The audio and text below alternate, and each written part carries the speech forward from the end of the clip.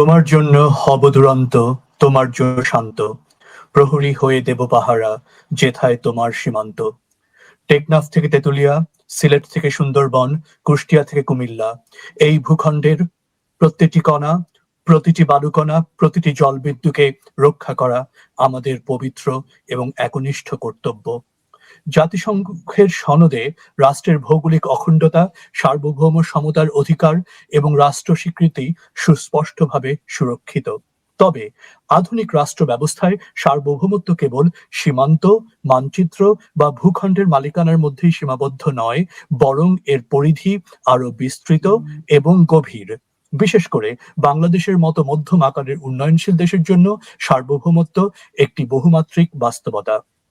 এখানে কয়েকটি বিষয় উল্লেখ করা অত্যন্ত জরুরি।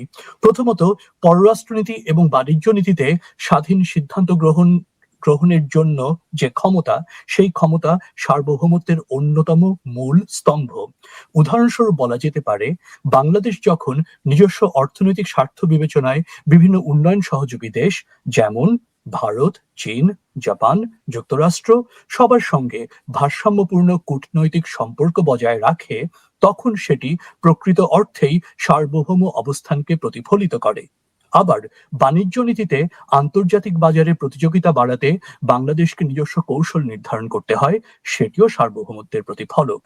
কিন্তু আমরা নিকট অতীতে, বিশেষত গত অন্তর্বর্তী সরকারের সময় দেখেছি যে বাংলাদেশ একটি বিশ্ব পরাশক্তির ওপরে অতিমাত্রায় নির্ভরশীল হয়ে পড়েছিল এবং তাদের শর্ত মতো দেশের বন্দর ব্যবস্থাপনা এবং বাণিজ্য নীতি প্রণয়নে সচেষ্ট ছিল, যা কিনা বাংলাদেশের সার্বভৌম সিদ্ধান্ত গ্রহণের যে সুযোগ তাকে সংকুচিত করে।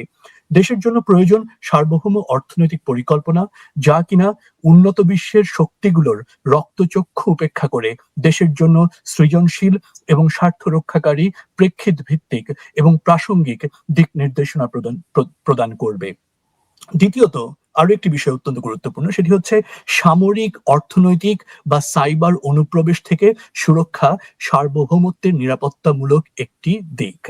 সাম্প্রতিক বছরগুলোতে সাইবার আক্রমণ, ভুয়া তথ্য সৃষ্টি বা বিদেশি স্বার্থান্বেষী গোষ্ঠীর কার্যক্রম রাষ্ট্রের স্থিতিশীলতার জন্য ঝুঁকি তৈরি করেছে। ব্যাংকিং খাত বা সরকারি ডেটাবেইজে সাইবার আক্রমণের ঘটনা দেখিয়েছে যে সার্বভৌমত্ব শুধুমাত্র সীমান্ত রক্ষা নয়, ডিজিটাল অবকাঠামো রক্ষাও এর অংশ।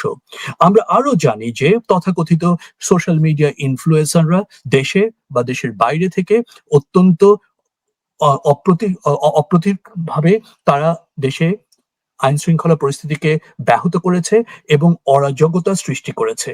তৃতীয়ত, সাংস্কৃতিক এবং ভাষাগত স্বাতন্ত্র্য রক্ষা বাংলাদেশের ইতিহাসে অত্যন্ত গুরুত্বপূর্ণ। 1952 সালের ভাষা আন্দোলনে এই সত্যকে আমাদের স্মরণ করিয়ে দেয় যে সাংস্কৃতিক পরিচয় একটি জাতির আত্মা। আজও বৈশ্বিক সংস্কৃতির প্রবল ঢেউয়ের মাঝে বাংলা ভাষা, সংস্কৃতি, ঐতিহ্য, লোকজ শিল্পকে রক্ষা করা এবং আমাদের স্বকীয় সাংস্কৃতিক ঐতিহ্যকে লালন করা সার্বভৌম রাষ্ট্রের দায়িত্ব। একই সাথে আমাদের শিক্ষা ব্যবস্থাকে দেশের প্রেক্ষিত বিবেচনায় একটি অগ্রসরমুখী এবং সৃজনশীল কাঠামোতে নিয়ে আসা অত্যন্ত জরুরি। এতে করে শিক্ষা এবং সংস্কৃতির স্বভাবজাত এবং টেকসই মিথস্ক্রিয়া নিশ্চিত করা যাবে, যা কিনা বাংলাদেশের সার্বভৌমত্বকে সুনিশ্চিত করবে।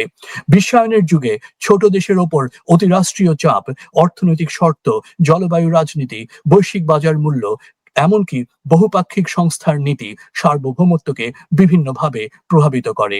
এই প্রেক্ষাপটে সার্বভৌমত্ব বাংলাদেশের মতো রাষ্ট্রের জন্য একটি সুরক্ষা চক্র, যা আমাদের স্বাধীন সিদ্ধান্ত গ্রহণ, উন্নয়ন পরিকল্পনা এবং জাতীয় স্বার্থ রক্ষায় সক্ষম করবে। সর্বশেষে, সার্বভৌমত্ব হলো একদিকে যেমন অধিকার, অন্যদিকে আমাদের জন্য একটি দায়িত্ব বটে। দেশের অভ্যন্তরে শান্তি, ঐক্য, সমৃদ্ধি প্রতিষ্ঠা করা যেমন রাষ্ট্রের কর্তব্য, তেমনি আন্তর্জাতিক পরিমণ্ডলে অযাচিত হস্তক্ষেপ প্রতিরোধ এবং বৈধ মর্যাদা দাবি করাও অত্যন্ত অপরিহার্য। রাষ্ট্রকে এমন এক ভবিষ্যৎগামী, নৈতিক এবং অন্তর্ভুক্তিমূলক সার্বভৌমত্ব ধারণ করতে হবে, যা নাগরিকের উন্নয়ন এবং সম্মানকে সর্বোচ্চ অগ্রাধিকার দেয়। এভাবেই সার্বভৌমত্ব বাংলাদেশের জন্য শুধু আইনি ধারণা নয়, বরং আত্মপরিচয়, নিরাপত্তা এবং টেকসই উন্নয়নের একটি অবিচ্ছেদ্য অংশ হয়ে দাঁড়াবে। সবাইকে ধন্যবাদ। জয় বাংলা।